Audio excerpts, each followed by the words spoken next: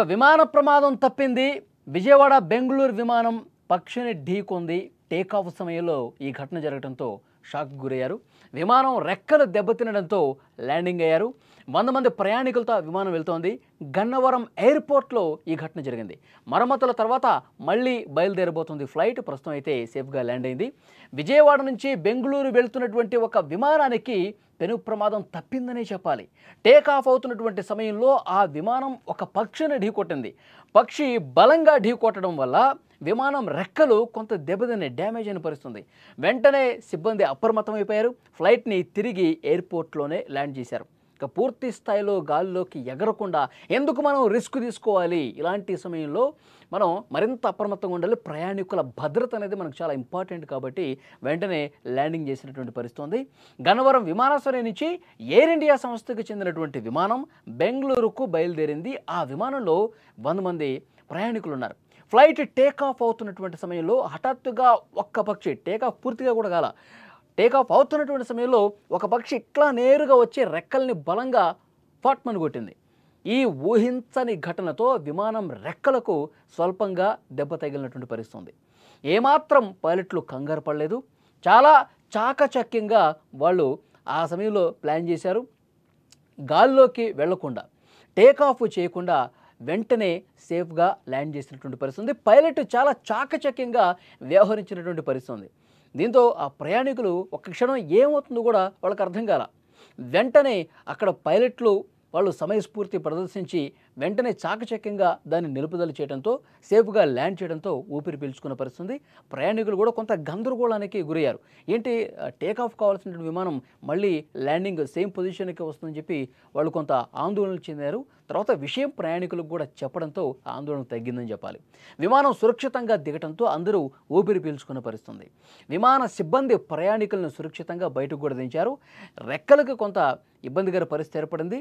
విమాన రెక్కలు కొంత డ్యామేజ్ అయింది కాబట్టి దాన్ని సరిచేసి మళ్ళీ విమానం గాల్లోకి ఎగురుతుంది. మళ్ళీ మీ గమ్యస్థానాలకు తీసుకెళ్తుంది. కొద్దిసేపు ఓపిక పట్టాలని చెప్పి ప్రయాణికులను కూడా రిక్వెస్ట్ చేసినటువంటి పరిస్థితి. ప్రస్తుతం దెబ్బతిన్న విమానానికి ఆ మరమ్మతులు కూడా జరుగుతుంది. మనకు ఆ సమాచారం వస్తుంది. 1 గంటలో మరమ్మతు పూర్తవుతుంది. ఆ వెంటనే మళ్ళీ అదే విమానం బెంగళూరుకి బయలుదేరుతుందని అధికారులు కూడా అక్కడ ప్రయాణికులకు చెప్పారు. ప్రయాణికులందరూ ఎయిర్పోర్ట్లోనే వేచి ఉన్నారు. సాంకేతిక లోపం వల్లనే ఈ ఘటన జరిగిందని అధికారులు ప్రాథమికంగా తెలియజేశారు. భవిష్యత్తులో ఇలాంటివి సంఘటనలు జరగకుండా జాగ్రత్తలు తీసుకుంటామని చెప్పి చెప్తా ఉన్నారు. ప్రయాణికులు కూడా అదే కోరుతూ ఉన్నారు. ఉన్న పళాన ఈ విధంగా మీరు వెంటనే ల్యాండింగ్ చేస్తే ప్రయాణికులు కొంత గందరగోళానికి గురవుతారు. ప్రయాణికులు ఒక టెన్షన్ వచ్చేస్తూ ఉంటుంది. ఎందుకంటే గతంలో ఏం జరిగిందో చూసి ఇంకా ప్రమాదం కళ్ళ ముందు కనిపిస్తూ ఉంది.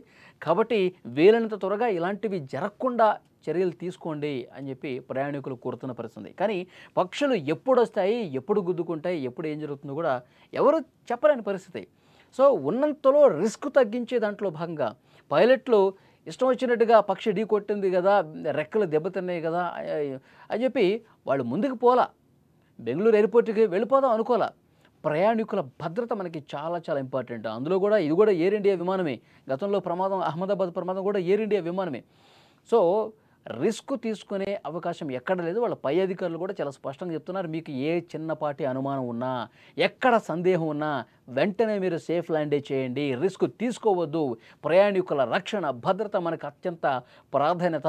మన గత అనుభవం దృష్ట్యా మనం ఇవి నేర్చుకోవాల్సిన అవసరం ఉందని చెప్పి పైలట్లకు కూడా కొంత శిక్షణ ఇచ్చినటువంటి పరిస్థితి. అందుకే వాళ్ళు రిస్క్ తీసుకోలేదు.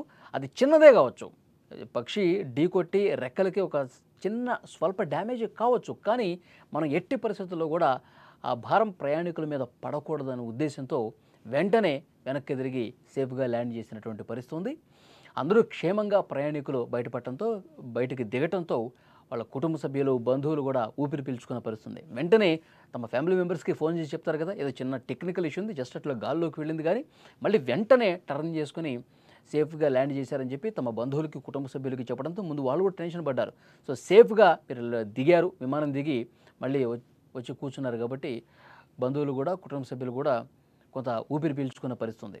సో డెఫినెట్గా ఎయిర్ ఇండియాలోనే ఇలాంటివి జరుగుతూ ఉన్నాయి. ఈ మధ్యకాలంలో ఎక్కువ చూస్తే సాంకేతిక లోపం కారణంగా అట్లా టేకాఫ్ అయిన కొద్దిసేపటికే మళ్ళీ వచ్చి ఎక్కడైతే విమానం ఏ పాయింట్ నుంచి అయితే ఎగిరిందో అదే పాయింట్లో మళ్ళీ సేఫ్ ల్యాండ్ అవుతున్నటువంటి పరిస్థితుల్లో గతంలో కూడా చాలా సందర్భాలు చూసాం. అహ్మదాబాద్ తర్వాత ఇలాంటివి సేఫ్ ల్యాండింగ్ జరిగినటువంటి ఘటనలు చాలానే ఉన్నాయి. సో దీన్ని బట్టి మనకు అర్థమవుతుంది ఏంటంటే ఎక్కడా కూడా 1% రిస్క్ తీసుకోవడానికి కూడా విమానయాన సిబ్బంది సిద్ధంగా లేరు, పైలట్లు సిద్ధంగా లేరు. వాళ్ళు చాలా చాకచక్యంగా నేర్పుతో ఓర్పుతో వ్యవహరిస్తున్నారు అంటానికి ఇలాంటి ఘటనలు అర్థం పడుతున్నాయి.